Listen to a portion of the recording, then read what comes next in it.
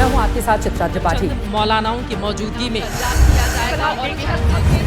हमारी मौजूदगी है दूर कर रहे हैं ज्यादातर जो हैदराबाद।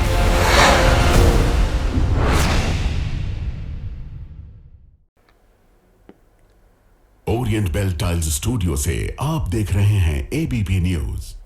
नमस्कार, रात के 9 बज रहे हैं और वक्त हो चला है दिन की सबसे बड़ी खबरों और उनके सबसे सटीक विश्लेषण का। मैं हूं आपके साथ चित्रा त्रिपाठी। आप देखना शुरू कर चुके हैं जनहित। जनहित की शुरुआत हम ममता वर्सेस ममता से ही करेंगे। मैं जानती हूं कि मेरे साइड में ये स्क्रीन आपको थोड़ी अजीब लग रही होगी। आप सोच रहे होंगे कि मोदी वर्सेस ममता और कांग्रेस वर्सेस ममता तो सुना है, लेकिन ये ममता वर्सेस ममता आखिर क्या है?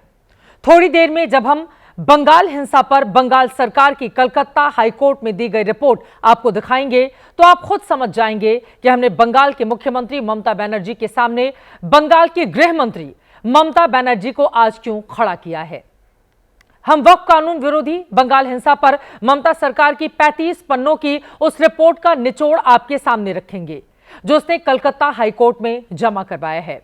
और इसी खबर के दूसरे हिस्से में हम ममता बनर्जी को सियासत भी सिखाएंगे। आपको बताएंगे कि कभी हिंदूवादी राजनीति के पिच पर बैटिंग करने वाली ममता का सियासी रूप कैसे बदला, कभी बीजेपी के साथ वोट मांगने वाली ममता बनर्जी ने अपनी सियासत को 180 डिग्री का यू टर्न कैसे और क्यों दिया है।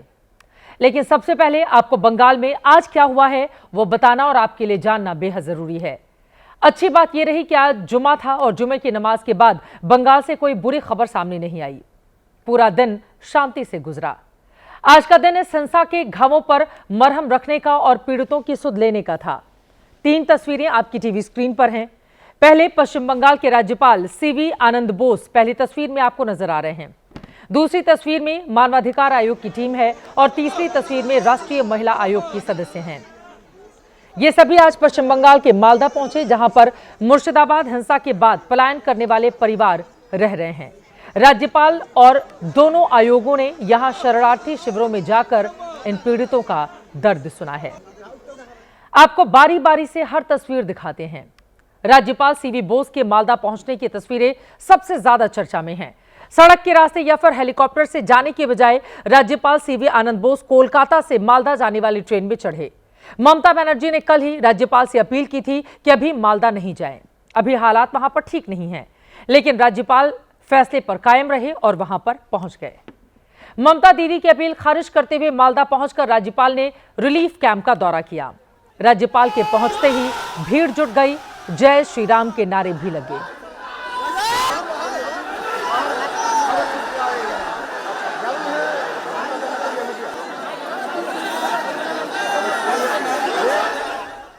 दरअसल नारे लगाने वाले ये वो लोग थे जिनके रिश्तेदार रिलीफ कैंप में रह रहे हैं। इनका आरोप है कि कैंप में लोगों को कैदियों की तरह रखा गया है, किसी से मिलने नहीं दिया जा रहा ताकि हिंसा का सच दबा रहे।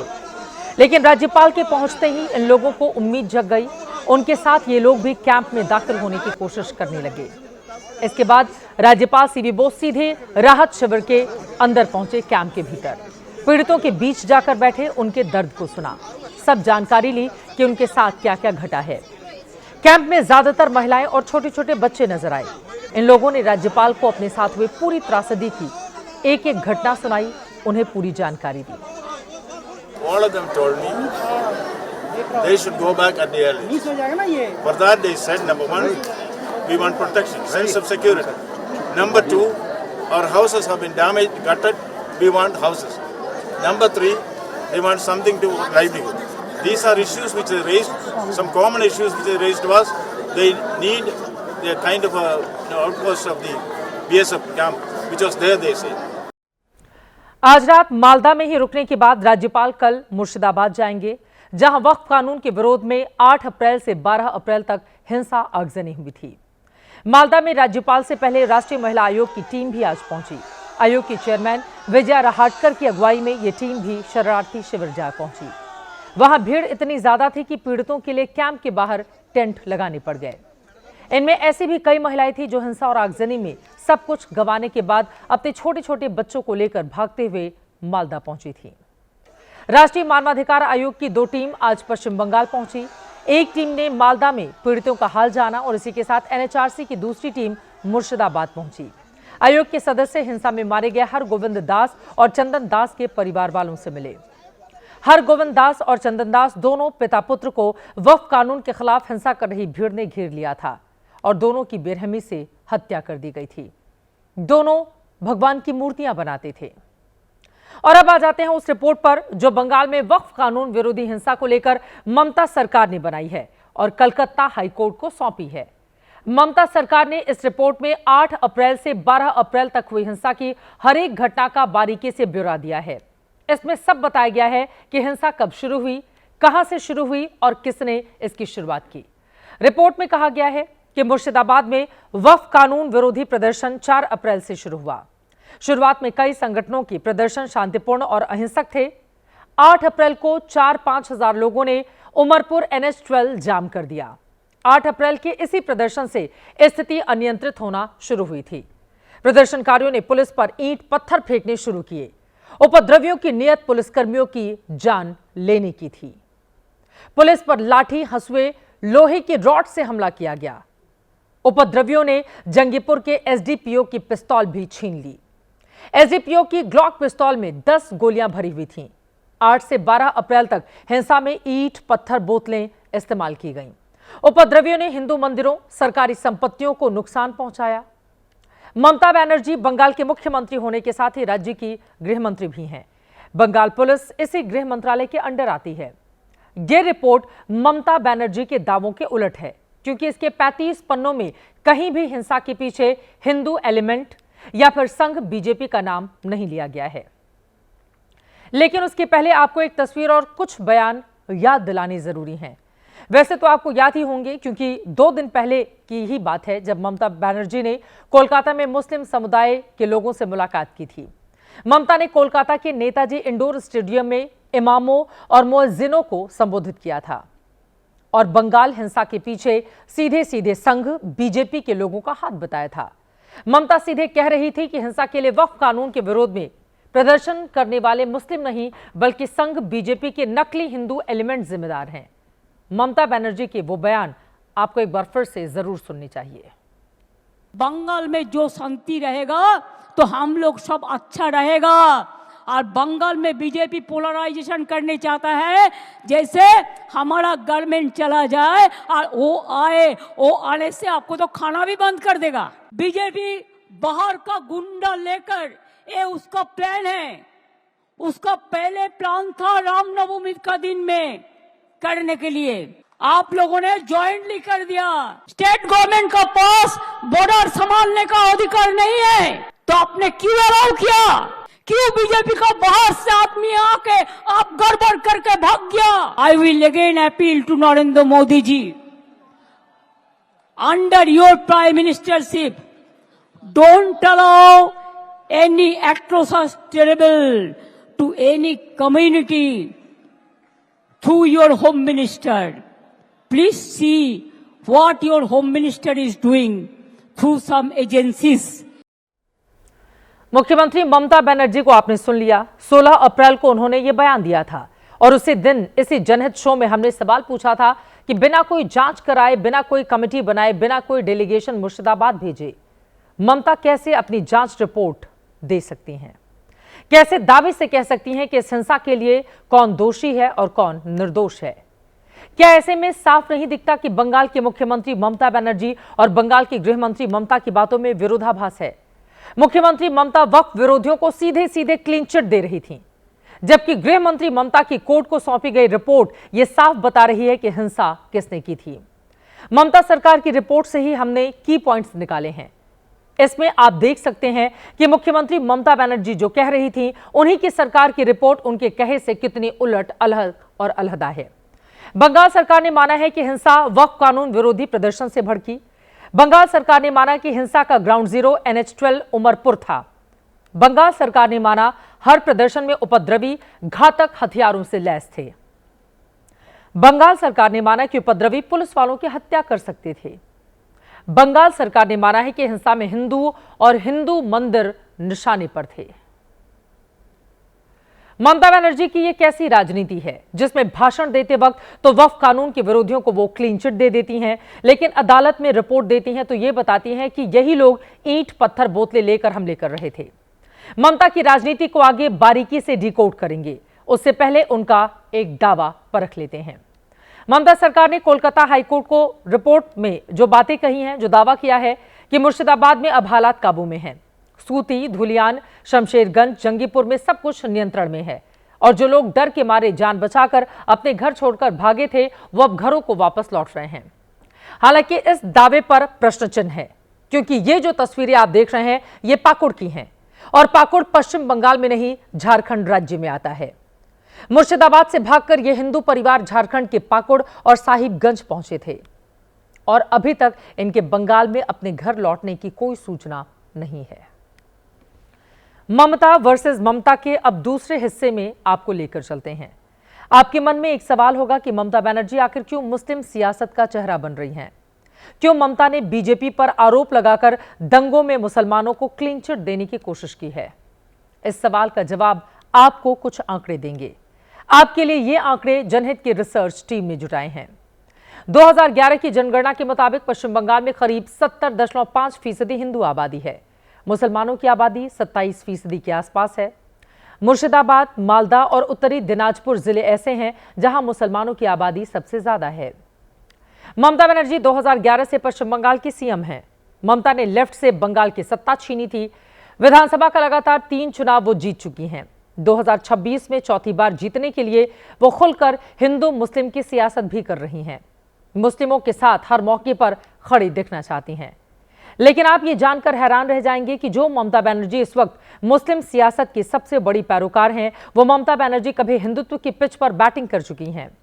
जिन ममता बनर्जी के इस वक्त बीजेपी से आमने सामने की लड़ाई है, वो ममता बनर्जी 1999 में बीजेपी के नेतृत्व वाली एनडीए की सरकार में रेल मंत्री रह चुकी हैं। ममता जब 1999 में लोकसभा का चुनाव जीत कर आई थी, ये तस्वीरें उसी वक्त की हैं। ममता तब संसद के सदस्य के तौर पर शपथ ले रही थी। नई पीढ़ी के जो लोग इस वक्त जनहित के दर्शक हैं, उनको ये याद नहीं होगा, लेकिन हम आज उन्हें याद दिलाएंगे कि ममता बनर्जी 1999 से 2001 तक अटल बिहारी वाजपेयी की सरकार में रेल मंत्री थीं। 2001 के बंगाल विधानसभा चुनाव के दौरान वो एनडीए से अलग हुई थी। हालांकि चुनाव में लेफ्ट से हारने के बाद वो फिर से अटल बिहारी वाजपेयी के नेतृत्व वाली सरकार में शामिल हो गई थी। 2003 में महीनों तक बिना विभाग की मंत्री रहीं। 2004 में उन्हें कोयला मंत्री बनाया गया। इसके बाद 2004 में वो एनडीए के साथ ही लोकसभा का चुनाव भी लड़ी। उसके बाद 2006 में पश्चिम बंगाल का जब विधानसभा चुनाव हुआ, तब भी ममता बीजेपी के साथ चुनावी मैदान में उतरी थी। अब हम आपको उस वक्त का कुछ वीडियो दिखा देते हैं जो हमने एबीपी न्यूज की लाइब्रेरी से आपके लिए खोज कर निकाला है। ममता जब 1999 में रेल मंत्री पद की शपथ ले रही थी, तत्कालीन राष्ट्रपति अब्दुल कलाम ने उन्हें शपथ दिलाई थी। एनडीए की एकजुटता दिखाने के लिए वो तत्कालीन पीएम अटल बिहारी वाजपेयी, लालकृष्ण आडवाणी और एनडीए के उस वक्त के नेताओं के साथ वीडियो में नजर आ रही हैं। ममता ने कई बार भले ही अटल जी का साथ उस वक्त छोड़ा था, लेकिन वो अटल जी की सियासत के बेहद करीब मानी जाती थी। 2006 के चुनावी हार के बाद ममता ने सिंगूर और नंदीग्राम को लेकर संग्राम छेड़ा और वहीं से उनकी राजनीति में नया मोड़ आ गया। इसके बाद से उनकी राजनीति 180 डिग्री पूरी की पूरी घूम गई। आज देश को हम ममता बनर्जी का ये चेहरा इसलिए दिखा रहे हैं क्योंकि अब ममता बनर्जी मुस्लिम वोट बैंक के लिए सच को सच और गलत को गलत मानने को तैयार नहीं दिखाई देती। अब इसकी वजह भी समझिए। 2014 में जब मोदी देश के प्रधानमंत्री बने, उसके बाद बंगाल में विधानसभा के 2 चुनाव हुए, लोकसभा के भी 2 चुनाव हो चुके हैं। इन चुनावों में हिंदू मुस्लिम वोटों का पैटर्न दिखा। 2016 के विधानसभा चुनाव में बीजेपी को हिंदुओं के 12% वोट मिले थे, जबकि टीएमसी को 43% हिंदू वोट। वहीं इसी चुनाव में मुसलमानों के 51% वोट टीएमसी को और 6% वोट बीजेपी को मिले। लेकिन 2019 के लोकसभा चुनाव में खेल बदल गया। बीजेपी को 57% हिंदुओं के वोट मिले, जबकि टीएमसी को घटकर 32%। वहीं मुसलमानों के 60% वोट टीएमसी के पक्ष में चले गए। इसके बाद आया 2021 का विधानसभा चुनाव। बीजेपी को 50% हिंदुओं के वोट मिले, टीएमसी को 39%। इस चुनाव में बीजेपी को बंगाल के 7% मुसलमानों ने वोट दिया, टीएमसी को 75%। अभी पिछले साल यानी 2024 में बीजेपी को 49% हिंदू वोट मिले, टीएमसी को 37%। इस चुनाव में टीएमसी को 73% मुसलमानों की वोट मिले, बीजेपी को 7%। अब सामने 2026 का विधानसभा चुनाव है। ममता बनर्जी अपने कोर वोट बैंक को मजबूत रखना चाहती हैं, क्योंकि उनको इस वोट बैंक की चुनौती बीजेपी से नहीं, कांग्रेस और लेफ्ट पार्टियों से है। ममता अगर तुष्टीकरण की राजनीति नहीं करेंगी तो फिर उनके लिए सत्ता में बने रहना मुश्किल साबित हो सकता है।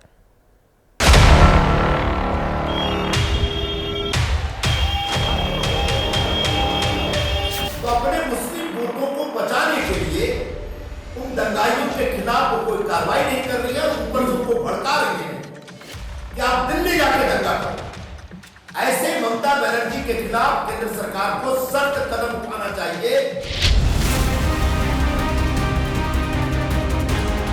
तृणमूल कांग्रेस की सरकार की ममता जो उनके ऊपर दिख रही है, ये देश के समाज और लोकतंत्र के लिए ये चुप्पी बहरा करने वाली। यह सरकार अब एक प्रकार से अतिवादी उग्रवादी तत्वों के हाथ बंधक हो चुकी है। This is a completely Muslim II government, Muslim League II government, functioning by the Mamata Banerjee in West Bengal. सुन लीजिए, टीएमसी का डेज आर नंबर 26 चुनाव में हिंदू लोग एकजुट होकर इसका बदला लेने वाला है। अब मैं आपको कुछ और आंकड़े दिखा देती हूं, जिसको देखकर आप न सिर्फ पश्चिम बंगाल की राजनीति समझ जाएंगे, बल्कि वहां की मुस्लिम पॉलिटिक्स को भी समझने में आपको आसानी होगी। पश्चिम बंगाल में विधानसभा की 294 सीटें हैं। 63 सीटें ऐसी हैं जहां मुस्लिम वोटर 40% से ज्यादा हैं। 2006 में 43 मुस्लिम विधायक थे, तब टीएमसी से महज 3 मुस्लिम एमएलए बने। 2011 में 57 मुस्लिम विधायक जीते, इनमें टीएमसी के 25 थे। 2016 में 59 विधायक मुस्लिम बने, 32 इनमें टीएमसी के थे। 2021 में 43 मुस्लिम विधायक जीते, इनमें से 42 टीएमसी के हैं। मतलब अभी मुस्लिमों पर पश्चिम बंगाल में ममता बनर्जी का एकाधिकार है। इन्हीं आंकड़ों के दम पर ममता बनर्जी पश्चिम बंगाल में राज कर रही हैं। पहले इस मुस्लिम वोट पर लेफ्ट और कांग्रेस की मजबूत पकड़ थी। 2011 के चुनाव के बाद ममता के पक्ष में मुस्लिम वोट शिफ्ट हुआ और आज ममता की उस पर मजबूत पकड़ है। 2021 के विधानसभा चुनाव में ममता को 215 सीटों पर जीत मिली थी, तब टीएमसी को 48% वोट मिले थे। इस चुनाव में बीजेपी को 77 सीटें मिली थीं, 38% वोट मिले। उस चुनाव में कांग्रेस और लेफ्ट का सूपड़ा साफ हो गया था। मतलब बंगाल में अब सीधी लड़ाई बीजेपी बनाम ममता बनर्जी की है, और उसी सीधी लड़ाई की वजह से कभी हिंदुत्व की राजनीति के साथ खड़ी ममता अब हिंदुत्ववादी सियासत के सामने खड़ी हो गई हैं। इस वक्त ममता बनर्जी अपनी अंदरूनी लड़ाई से जूझ रही हैं। ममता बनर्जी की राजनीति अपनी जगह, लेकिन उनको यह समझना होगा कि वो एक राज्य की मुख्यमंत्री हैं, और मुख्यमंत्री किसी एक समाज या समुदाय का नहीं होता। ममता बनर्जी को समझना होगा कि वो सूबे के मुखिया हैं। उनका काम सबका ख्याल रखना है, सबकी सुरक्षा देना है। आगे बढ़ते हुए अब जनहित से जुड़ी एक और बड़ी खबर का हम रुख करेंगे। कल देश के उपराष्ट्रपति जगदीप धनखड़ ने गंभीर सवाल उठाए। राष्ट्रपति के लिए सुप्रीम कोर्ट की ओर से समय सीमा तय करने को लक्ष्मण रेखा लांघने जैसा बताया गया। आज इसी पर कानूनी और सियासी बहस का तूफान खड़ा हो गया है।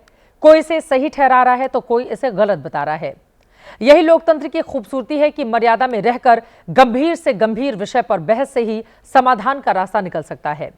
उपराष्ट्रपति ने जो कहा वो उनकी राय है। जगदीप धनखड़ कानून के बड़े जानकार हैं। उनके पास वकालत का लंबा अनुभव है। विधायक और सांसद रहे हैं, केंद्र सरकार में मंत्री रह चुके हैं, राज्यपाल रह चुके हैं, अब राज्यसभा के सभापति और उपराष्ट्रपति हैं। ऐसे में विधायिका, कार्यपालिका और न्यायपालिका तीनों का उनका गहरा और करीबी अनुभव है।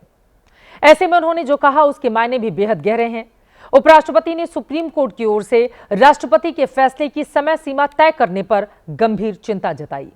तो एक बार फिर से लोकतंत्र के स्तंभों में आपसी टकराव का प्रश्न खड़ा हो गया है। जगदीप धनखड़ ने जो कहा उसके मुताबिक क्या देश की सबसे बड़ी अदालत को यह अधिकार है कि वो देश के सर्वोच्च पद और प्रथम नागरिक के लिए समय सीमा तय करे? क्या यह संवैधानिक सीमा रेखा लांघने जैसा है या फिर सुप्रीम कोर्ट को इसका हक है?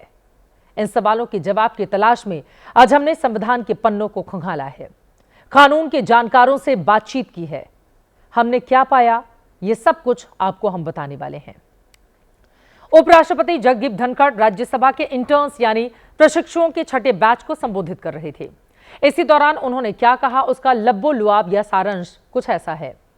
उन्होंने 8 अप्रैल के सुप्रीम कोर्ट के फैसले का जिक्र किया, जिसमें राष्ट्रपति को राज्यपालों की ओर से भेजे गए बिल पर 3 महीने के भीतर फैसला लेने की बात कही गई है। सुप्रीम कोर्ट ने फैसला तमिलनाडु सरकार की उस याचिका पर दिया जिसमें राज्यपाल पर विधानसभा से पारित विधेयकों की मंजूरी में देरी की शिकायत की गई थी। उच्चतम न्यायालय के इस फैसले पर उपराष्ट्रपति ने चिंता जताई, सवाल उठाए, कहा कि न्यायाधीशों ने राष्ट्रपति को आदेश जारी किया, क्या वो संविधान की शक्ति को भूल गए हैं। उन्होंने कहा कि क्या अब न्यायाधीश ही कानून बनाएंगे, सरकारी काम करेंगे, सुपर संसद के रूप में कार्यभार संभालेंगे और जवाबदेही नहीं होगी। उपराष्ट्रपति ने संविधान के अनुच्छेद 142 से सुप्रीम कोर्ट को मिले अधिकारों की तुलना परमाणु मिसाइल से की। उन्होंने दिल्ली हाई कोर्ट के पूर्व जज यशवंत वर्मा के घर कैश कांड का भी उल्लेख किया। इस पर सुप्रीम कोर्ट की आंतरिक जांच पर भी सवाल उठाए। उपराष्ट्रपति ने कहा कि जांच का काम तो कार्यपालिका का है, ये तो न्यायपालिका काम ही नहीं है उनका, फिर वो कैसे कर सकते हैं। There is a directive to the president by a recent judgment. Where are we heading? What is happening in the country? We never bargained for democracy for this day. President being called upon to decide in a time-bound manner, and if not, becomes law. So we have judges who will legislate, who will perform executive functions, who will act as super parliament, and absolutely have no accountability because law of the land does not apply to them. The judges who issued a mandamus virtually to the president and presented a scenario it will be law of the land have forgotten the power of the Constitution. Article 142 has become a nuclear missile against democratic forces. Available to judiciary 24/7. संसद बड़ी या supreme court, ये बहस गाहे बगाहे उठ खड़ी होती है, जबकि सच ये है कि विधायिका, कार्यपालिका और न्यायपालिका लोकतंत्र के वो पहिए हैं जो एक दूसरे के सहयात्री हैं, पूरक हैं। लेकिन संवैधानिक पद पर ही बैठे उपराष्ट्रपति ने सवाल उठाए हैं। ऐसे में इस पर अलग अलग राय सामने आ रही है। हमने आपके लिए नेता, न्यायविद और पूर्व न्यायमूर्ति हर किसी की अभिव्यक्ति का एक कोलाज तैयार किया है, जिसे गौर से सुनना और जानना आपके लिए बेहद जरूरी है।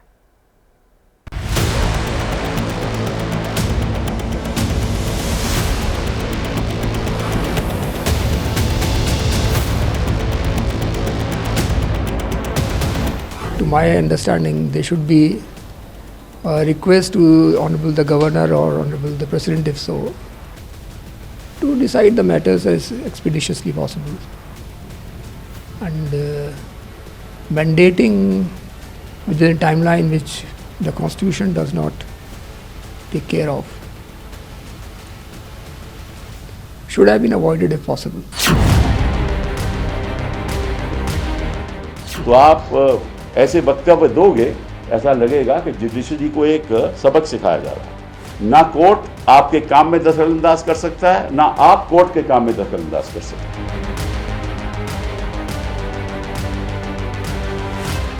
उपराष्ट्रपति एक बहुत ही इम्पोर्टेंट कॉन्स्टिट्यूशनल फंक्शनरी है और मेरे हिसाब से इस तरह का स्टेटमेंट उनको नहीं देना चाहिए, क्योंकि कहीं ना कहीं इससे हमारी जो डेमोक्रेसी है उस पर कहीं ना कहीं उस पर एक सवाल उठता है।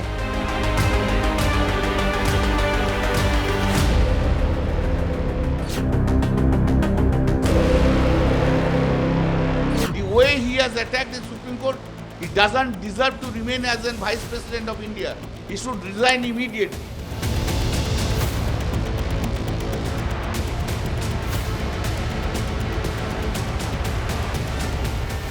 अगर सुप्रीम कोर्ट लॉज को रिव्यू नहीं कर पाएगा तो क्या अब अगला ताला सुप्रीम कोर्ट पर लगा दीजिएगा?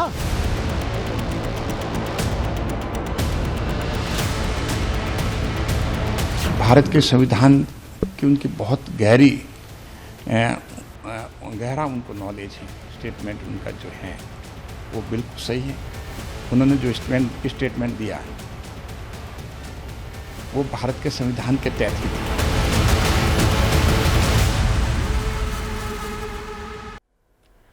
भारत के संविधान में हर संस्था की शक्तियों का साफ साफ बंटवारा है, कहीं टकराव की गुंजाइश नहीं छोड़ी गई है, लेकिन व्याख्या के स्तर पर इसे लेकर कभी कभार भ्रम की स्थिति बन जाती है।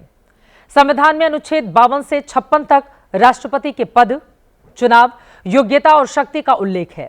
खासतौर से अनुच्छेद 53 के मुताबिक कार्यपालिका की शक्ति राष्ट्रपति में निहित होती है, जबकि अनुच्छेद 124 से 147 तक न्यायपालिका की शक्तियों का जिक्र है।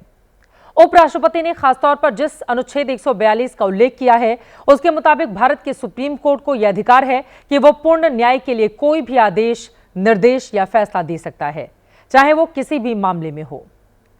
स्वस्थ बहस लोकतंत्र के सेहतमंद होने का सबूत है। ऐसे में जनहित में सार्थक चर्चा बेहद जरूरी है।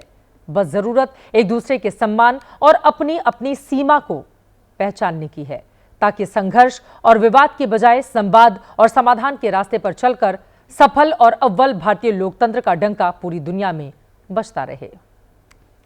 खबरों में आगे बढ़ेंगे और अब दिल्ली से आई एक बड़ी खबर का रुख करते हैं। गुरुवार को सीलमपुर इलाके में नाबालिग युवक की हत्या हो गई थी, आज इस पर दिन भर हंगामा रहा। आरोप समुदाय विशेष पर है, जिसकी तादाद सीलमपुर में काफी ज्यादा है। इस वारदात के खिलाफ हिंदू संगठन सड़क पर उतर गए, पुलिस से भी झड़प हुई। माहौल बिगड़ते बिगड़ते किसी तरह से संभला है।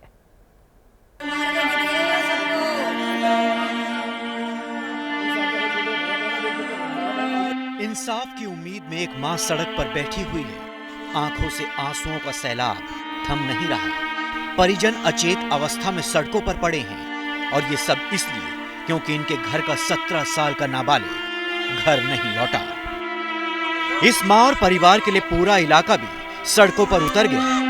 संकरी गलियों में प्रदर्शनकारियों का सैलाब आगे बढ़ रहा था और जुबां पर गुनहगारों के लिए फांसी की मांग बुलंद हो रही थी। ये तस्वीरें राजधानी दिल्ली के सीलमपुर इलाके की हैं और गुस्से के इस उबाल की वजह है 17 साल के नाबालिग कुणाल की हत्या। सीलमपुर में कुणाल की हत्या महज एक अपराध की घटना नहीं है। इस वारदात ने यहां बिगड़ रहे सामाजिक ताने बाने को भी सामने लाकर रख दिया है। गलियों से निकलकर प्रदर्शनकारी मेन रोड पर आ गए और सड़कों को जाम कर दिया। इलाके के लोग सभी परिजन कुणाल के सीलमपुर मेन रोड पर आ गए हैं और पूरा रोड जो है वो जाम कर दिया है। सारा ट्रैफिक रुक गया है और जस्टिस फॉर कुणाल, सीलमपुर, दिल्ली, इस तरह के पोस्टर्स हाथ में लिए लोग इंसाफ की मांग कर रहे हैं। फिलहाल भारी पुलिस बल इस जगह जो है वो तैनात है, लेकिन सवाल तो ये खड़ा होता है कि जिस इंसाफ की मांग यहाँ पर लगातार इलाके के लोग कर रहे हैं, उसको लेकर पुलिस की जांच और कार्रवाई कहां तक आगे बढ़ी। सीलमपुर में नाबालिग कुणाल की हत्या का आरोप समुदाय विशेष पर है। ये वारदात सांप्रदायिक रंग न ले, लिहाजा इलाके में भारी पुलिस बल की तैनाती की गई है। सुरक्षा बल ड्रोन से इलाके पर पैनी नजर रख रहे हैं। सीलमपुर में इस तनावपूर्ण हालात की शुरुआत हुई गुरुवार की शाम, जब नाबालिग कुणाल दूध लेने घर से निकला था और फिर वो कभी घर लौट कर नहीं आ सका। फिलहाल उसी स्पॉट पर हम लोग मौजूद हैं। स्पॉट उस लड़के के घर के नज़दीकी है और ये जो गली है यहाँ पर बताया जा रहा है कि डॉक्टर का क्लिनिक है। लड़का इसी के आसपास जो था वो खड़ा हुआ था, मौजूद था और जिन लोगों ने मारा है वो यहाँ पहुँचते हैं, लड़के को कई बार चाकू घोंपते हैं, जिसके बाद उसकी मौत हो जाती है। फिलहाल ये पूरा जो क्राइम सीन है इसको फिलहाल बंद कर दिया गया है। यहाँ पर कई जगह जो मार्क हैं वो बनाए गए हैं। पुलिस की यहाँ पर मौजूदगी है। कुणाल के परिजनों ने हत्या का आरोप जिक्रा नाम की लेडी डॉन पर लगाया है। बताया जा रहा है कि इलाके में लेडी डॉन जिक्रा खौफ का दूसरा नाम बन चुकी है। उसके दो ही काम हैं, इंस्टाग्राम पर रील बनाना और तमंचा लेकर लोगों को डराना। बताया ये जा रहा है कि कुछ वक्त पहले जिगरा के भाई साहिल की कुणाल के साथ लड़ाई हो गई थी और इस लड़ाई में साहिल को चोट लगी थी और इसी चोट का बदला लेने के लिए साहिल और जिगरा ने मिलकर कुणाल को मौत के घाट उतार दिया। जिस आरोपी लेडी डॉन का पूरे इलाके में खौफ बताया जा रहा है, उसके घर के बाहर एबीपी न्यूज पहुंचा, जहां सन्नाटा पसरा हुआ था। वहीं कुणाल हत्याकांड ने इलाके में हिंदुओं के आक्रोश को सामने लाकर रख दिया है। पटपड़गंज से बीजेपी विधायक रविंद्र नेगी भी सीलमपुर पहुंचे और उन्होंने पीड़ित परिवार को इंसाफ दिलाने का भरोसा दिया। वहीं आप कानून व्यवस्था पर बीजेपी को घेर रही है। बिल्कुल दोषियों के खिलाफ सख्त कार्रवाई होगी और यहाँ पे आम आदमी पार्टी के विधायक, आम आदमी पार्टी के पार्षद, यहाँ पे नशा और तस्करी का काम चलता है झुग्गियों में, बिल्कुल 100% कार्रवाई होगी। आज आरोपी को छोड़ा नहीं जाएगा किसी भी हालत में। जो भी गैर कानूनी काम यहाँ चल रहा है, अगर उसका विरोध कोई करता है तो उसको मार दिया जाता है, उसके खिलाफ सख्त कार्रवाई होगी। करीब 6 महीने से आम आदमी पार्टी की सरकार ये बात उठा रही थी और अब पिछले 2 महीने से हम लोग जब से अपोजिशन में, तब भी हम ये बात उठा रहे हैं कि दिल्ली की न्याय व्यवस्था ध्वस्त हो चुकी है। हालांकि सीएम रेखा गुप्ता ने इस वारदात को लेकर दिल्ली पुलिस कमिश्नर से बात की और आरोपियों के जल्द पकड़े जाने का दावा किया है। सीलमपुर की घटना कानून व्यवस्था का मामला है। पुलिस को सख्त कार्रवाई करने की जरूरत है। इलाके में किसी भी तरह का भय का माहौल ना हो, इसका भी खास ख्याल रखा जाना चाहिए और स्थानीय पुलिस की यह जिम्मेदारी है। उम्मीद है पुलिस अपनी जिम्मेदारी जरूर निभाएगी ताकि दोबारा ऐसी स्थिति नहीं पनपे। आगे बढ़ेंगे। फिल्म मेकर अनुराग कश्यप अपनी फिल्मों को लेकर चर्चा में रहते हैं। सामाजिक पृष्ठभूमि पर फिल्म बनाकर सुर्खियां भी बटोरते हैं, कई हिट भी रही हैं। लेकिन अनुराग कश्यप ने इस बार कुछ ऐसा कह दिया जिसकी वजह से उनकी जमकर किरकिरी हो रही है। अनुराग कश्यप ने जिस फुहड़ता के साथ अपनी बात कही है, उसे देखकर यकीन कर पाना काफी मुश्किल होता है कि ये एक निर्देशक की भाषा है या फिर किसी मानसिक रूप से बीमार व्यक्ति की भाषा, जो अपनी पिक्चर को हिट कराने के लिए ऐसे अपशब्दों का इस्तेमाल कर रहा है। अनुराग कश्यप ने जो कहा है उसको दिखा भी नहीं सकती आपको। सोशल मीडिया पर जबरदस्त ट्रोल हो रहे हैं।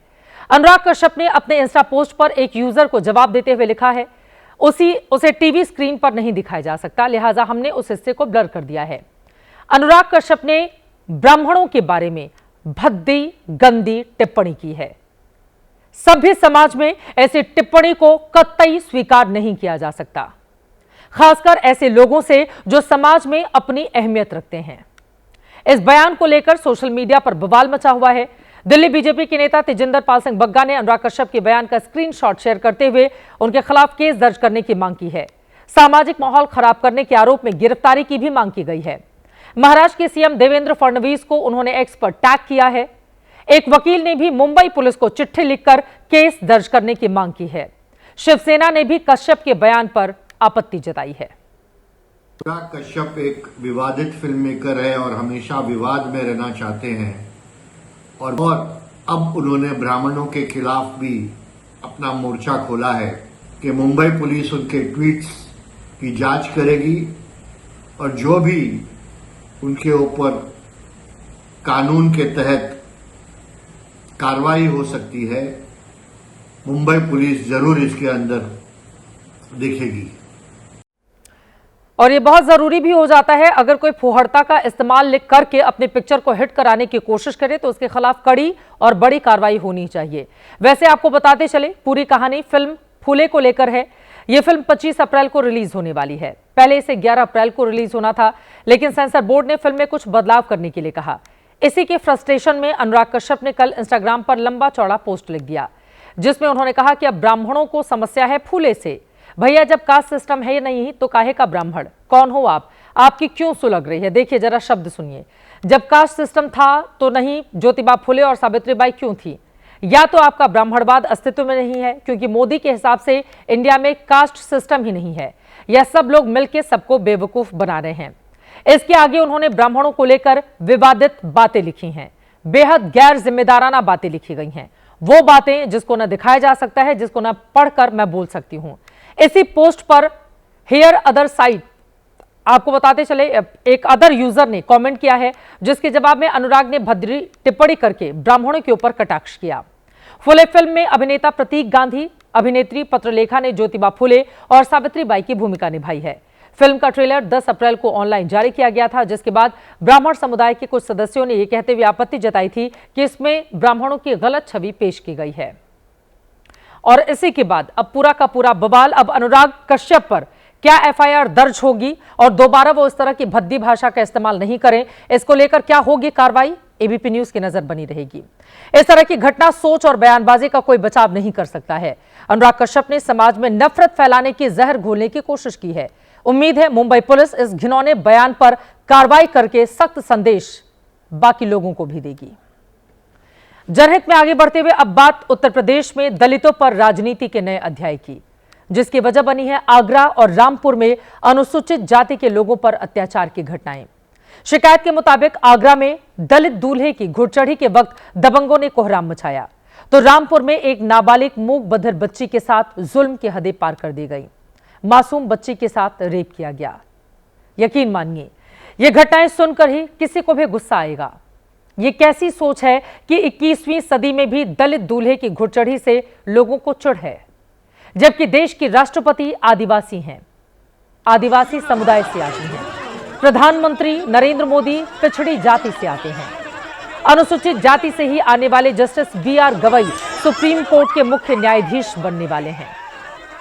तब देश के सबसे बड़े सूबे के एक खास हिस्से में दलितों से अत्याचार की खबरें सामने आ रही हैं। वैसे समानता और समरसता के इस युग में अब गिने चुने लोग ही ऐसी सड़ी हुई मानसिकता के हैं जिन्हें पाखंडी परंपरा का शौक है, जिन पर सामंती सनक सवार है।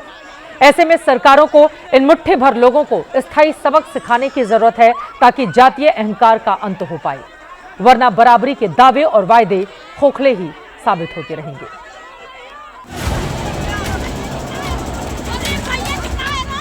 मारपीट की ये तस्वीरें मोहब्बत के शहर आगरा की हैं, जहां नफरत की नुमाइश उस वक्त हुई जब अनुसूचित जाति के दूल्हे की घुड़चढ़ी हो रही थी।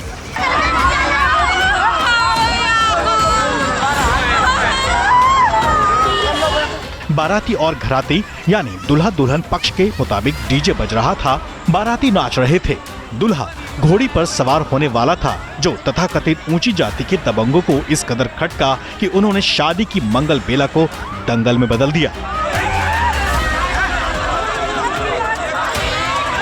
मेरी बेटी की बारात चढ़ने लगी तो जो मतलब जाटव वाला गाना लगा दिया, सोई डंडा और मतलब लाठी थे, सब बारातियां पीटे हैं। मतलब तो हमारा है कचू, हाँ, और कचू वहाँ ठाकुर हो गए। शिकायत पुलिस को मिली तो फौरन कार्रवाई भी शुरू हो गई। डीजे की तेज आवाज को लेकर के विवाद हुआ था, जिसमें मारपीट हुई थी। उनसे तहरीर जो भी प्राप्त हुई है उसमें उचित धाराओं में अभियोग पंजीकृत किया गया है। मामला चूंकि दलित बनाम दबंग का है, ऐसे में इस पर सियासत भी शुरू हो गई। उसकी कहानी आगे। अभी आप यूपी के हिस्से में आई एक और कलंक कथा देखिए। वारदात रामपुर की है, जहां दिव्यांग नाबालिग बेटी से इस हैवान ने रेप किया। आरोपी का नाम दान सिंह है, जो पीड़ित को बहला फुसलाकर अपने साथ ले गया और फिर उसके साथ घिनौना अपराध किया। सीसीटीवी फुटेज के आधार पर आरोपी की शिनाख्त हुई तो पुलिस इसे पकड़ने पहुंची, लेकिन इसने पुलिस पर भी फायरिंग की कोशिश की, लेकिन एनकाउंटर के दौरान आखिरकार पुलिस ने इसे दबोच लिया। सीसीटीवी फुटेज के अवलोकन से यह दिखाई दे रहा है कि बालिका अपने घर से बाहर निकल के जा रही है, बाद में फिर उसके साथ दुष्कर्म किया गया। अभियुक्त के गिरफ्तारी के लिए जब प्रयास किया जा रहा था, अभियुक्त द्वारा पुलिस टीम पर जान से मारने की नीयत से फायर किया गया। पुलिस द्वारा आत्मरक्षार्थ गोली चलाई गई, जिसमें अभियुक्त गिरफ्तार घायल हुआ है। फिलहाल पीड़ित मेरठ के अस्पताल में भर्ती है, जहां उसका इलाज चल रहा है। घटना चाहे आगरा की हो या रामपुर की, दोनों ही घटनाएं सभ्य समाज को शर्मिंदा करने वाली हैं। हम कहां से कहां पहुंच गए। विकसित भारत के ख्वाब को हकीकत में बदलने की कोशिश हो रही है, लेकिन न जाने क्यों उत्तर प्रदेश के कुछ हिस्सों में आज भी मुट्ठी भर लोगों के सिर पर सामंती सनक सवार है। इन चंद लोगों को दलित दूल्हों की घुड़चढ़ी से भी चिढ़ है। जाहिर है इस तरह की घटनाएं सरकार और कानून के राज पर सवालिया निशान लगाती हैं। ऐसे में विपक्ष सूबे की बीजेपी सरकार को कटघरे में खड़ा कर रहा है। दलितों पे जो अत्याचार उत्तर प्रदेश में किया जा रहा है, ये बहुत ही दुर्भाग्यपूर्ण है। कोई दलित गलती से भी घोड़े पे चढ़ जाता है तो दबंग योगी आदित्यनाथ के जात के लोग उसको बहुत मारते हैं। कि योगी आदित्यनाथ को ये बात बर्दाश्त नहीं कि कोई दलित कैसे घोड़ी चढ़ जाएगा। जिस तरीके से कल आगरा में दबंगई करके एक व्यक्ति को घोड़े पे चढ़ने से रोक दिया, शादी में दिव्यांग बालिका के साथ, दलित बालिका के साथ जो अनाचार दुराचार किया गया, स्पष्ट हो रहा है कि भारतीय जनता पार्टी का शासन कहीं ना कहीं दलित अत्याचार का केंद्र बनता है। सवालों में बीजेपी है और उसे सफाई देनी पड़ रही है कि जो घटनाएं हुई वो जरूर दुखद है और ये नहीं होना चाहिए। मेरा मानना है जो घटनाओं में दोषी होंगे, चाहे वो किसी जात के लोग हो और किसी जात से आते हो, उन पर कठोर कार्रवाई होगी। कोई बख्शा नहीं जाएगा योगी आदित्यनाथ के नेतृत्व में। लेकिन सिर्फ दावे से काम नहीं चलेगा। कार्रवाई की ऐसी नजीर पेश होनी चाहिए कि फिर कोई दबंग जुल्म की हिमाकत न करे, फिर कोई दलित पीड़ित न बने। जातीय अहंकार में डूबे लोगों को सबक सिखाए जाने की जरूरत है ताकि दोबारा इस तरह की स्थिति किसी दूसरे हिस्से से सामने नहीं आए। आगे बढ़ेंगे। नेशनल हेराल्ड मामले में देश का सियासी पारा चढ़ा हुआ है। सोनिया गांधी और राहुल गांधी के खिलाफ ईडी की चार्जशीट से कांग्रेस बेहद गुस्से में है, तो बीजेपी इस केस में सख्त कार्रवाई की मांग कर रही है। इसी बीच गुमनाम अखबार नेशनल हेराल्ड में करोड़ों के विज्ञापन देने पर हिमाचल प्रदेश की सरकार सवालों के घेरे में है। दिल्ली, पटना, जम्मू, चंडीगढ़, ये देश के 4 अलग अलग शहरों की तस्वीरें हैं। चारों ही तस्वीरों में बीजेपी के युवा मोर्चा के कार्यकर्ता हैं, जो सड़कों पर उतरकर कांग्रेस के खिलाफ प्रदर्शन कर रहे हैं। नेशनल हेराल्ड केस में कांग्रेस को घेर रहे हैं।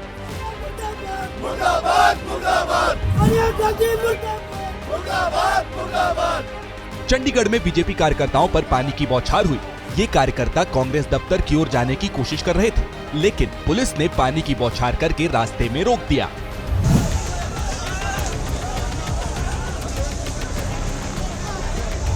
चंडीगढ़ में इन्हें पुलिस ने रोक दिया, लेकिन पटना से लेकर जम्मू तक बीजेपी के इन कार्यकर्ताओं ने जोरदार प्रदर्शन किया।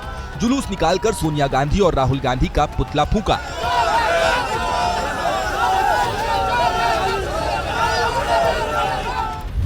असल में बीजेपी अब ये आरोप लगा रही है कि कांग्रेस के कार्यकर्ता शहर शहर प्रदर्शन करके ईडी पर दबाव बनाने की कोशिश कर रहे हैं। पिछले 2 दिनों से कांग्रेस के कार्यकर्ता भी सड़कों पर उतरे हुए हैं। कल परसों भी कांग्रेसियों ने ईडी और बीजेपी सरकार के खिलाफ प्रदर्शन किया था। इन विरोध प्रदर्शनों से अलग इस मामले में एक नया विवाद शुरू हो गया है। बीजेपी ने प्रेस कॉन्फ्रेंस करके आरोप लगाया कि कांग्रेस की सरकारें नेशनल हेराल्ड अखबार पर सरकारी खजाने का पैसा लुटा रही हैं। जिन अखबारों को कोई पढ़ता नहीं, उनमें विज्ञापन दिए जा रहे हैं। क्या नेशनल हेराल्ड कांग्रेस पार्टी का एटीएम हो गया, जहां के कांग्रेस के अलग अलग राज्यों की सरकारें उसमें पैसा डाल रही हैं और टैक्स पेयर का पैसा है? राज्य की सरकारें किस आधार पर विज्ञापन उनको दे रहे हैं? एक तो वो भी सवाल आता है।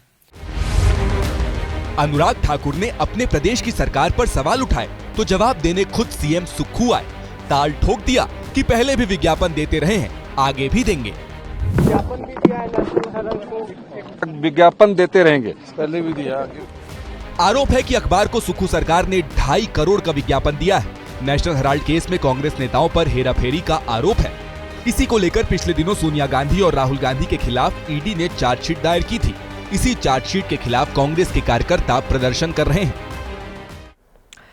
नेशनल हेराल्ड को लेकर जब बात निकली है तो बहुत दूर तक जानी है और इस पर सियासत भी उतनी ही गरमानी है। आगे जैसे ही और खबर मिलेगी आप तक पहुंचाएंगे। और अब आज का जनहित मंत्र।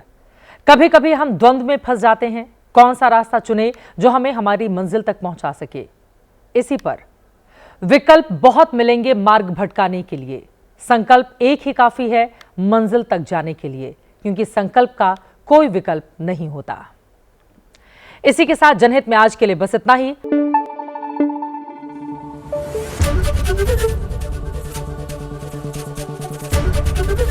एबीपी न्यूज आपको रखे आगे।